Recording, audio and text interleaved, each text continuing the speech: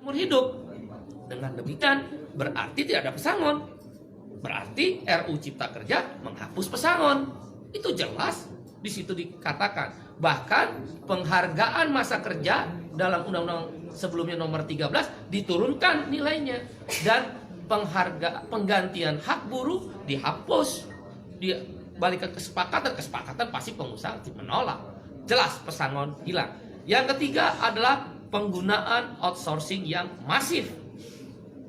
Yang sebelumnya outsourcing hanya 5 jenis pekerjaan, sekarang diperbolehkan. Sekarang semua jenis pekerjaan dan tidak ada batas waktu. Seumur hidup anak kita, para ibu yang susah-susah menyekolahkan anaknya, yang berjibaku pontang-panting mencari rezeki tambah untuk menyekolahkan anaknya, negara membuka ruang.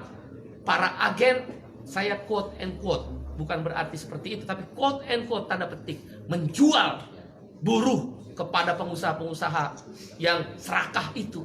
Karena sekarang bisa melalui agen bebas seumur hidup dan tidak jelas masa depannya. Yang keempat adalah alasannya karyawan kontrak sekarang bebas. Dulu karyawan kontrak harus ada persyaratan. Boleh menggunakan karyawan kontrak kalau paling lama 3 tahun pekerjaan itu. Jenis pekerjaan tertentu, untuk pre-pro, bukan mass product, bukan produksi massal dan sebagainya. Sekarang syarat itu dihapus, dibolehkan menggunakan karyawan kontrak semua jenis pekerjaan dengan batas waktu tidak tertentu. Wahai ibu-ibu dan bapak-bapak, anak-anak kita terancam dengan masa depannya yang dikontrak seumur hidup tanpa kejelasan nasibnya, dan di outsourcing seumur hidup melalui para agen-agen pekerja yang menampung pekerja itu. Berbahaya buat negara ini, terlalu liberal, tidak ada perlindungan negara kepada rakyatnya. Yang kelima adalah social security, jaminan sosial dihapus, khususnya jaminan kesehatan dan jaminan pensiun. Dengan berlakunya upah per jam atau istilah dalam undang RU tersebut persatuan waktu, maka tidak ada lagi kewajiban untuk membayar jaminan kesehatan dan jaminan pensiun. Bagaimana menghitung pensiunnya dengan upah per jam?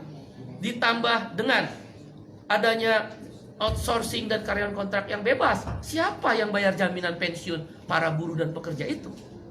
Dunia pekerjaan Indonesia terancam, pekerja-pekerja lokal terancam. Ditambah yang keenam alasannya adalah tenaga kerja asing. Dulu harus mendapatkan izin menteri, sekarang hanya sekedar pengesahan tanpa perlu izin menteri. Siapa yang kontrol bahwa buruh kasar tenaga kerja asing bisa masuk? Sekarang saja yang ada izin tertulis menteri bisa hilang, bisa banyak orang buruh kasar tenaga kerja asing masuk. Sudahlah outsourcing, sudahlah kontrak bebas, sudahlah upah murah, sudahlah masa depan tidak ada, buruh-buruh asing bisa bekerja di startup dan lembaga pendidikan sekarang bebas untuk memakai jasa tenaga kerja asing. Itu berbahaya, mengancam pekerja lokal. Yang ketujuh adalah yang kita sebut dengan waktu kerja. Sekarang ini maksimal adalah 7 jam sehari dalam 6 hari kerja, Senin sampai Sabtu, atau 8 jam sehari dalam 5 hari kerja, Senin sampai Jumat. Dalam RUU Cipta Kerja dihapus semuanya.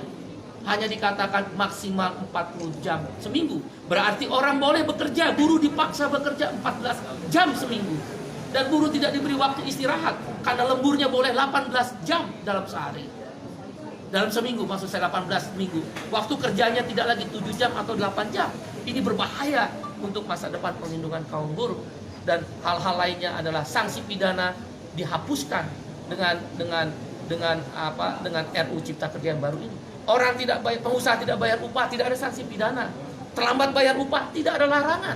Kalau begitu kalau saya pengusaha bisa bayar upah 3 bulan sekali dong. Di mana negara kalau begitu?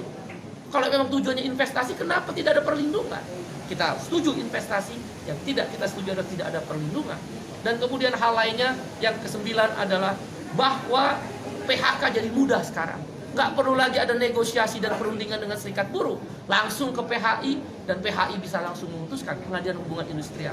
Karena itu kami berpendapat 9 alasan KSPI menolak RUU Cipta Kerja yang sudah resmi diserahkan DPR akan dilakukan perlawanan.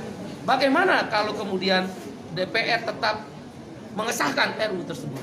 Ada 3 langkah yang kami lakukan. 1, aksi besar-besaran selama pembahasan di DPR, maupun kalaulah dipaksa untuk disahkan yang merugikan buruh tadi.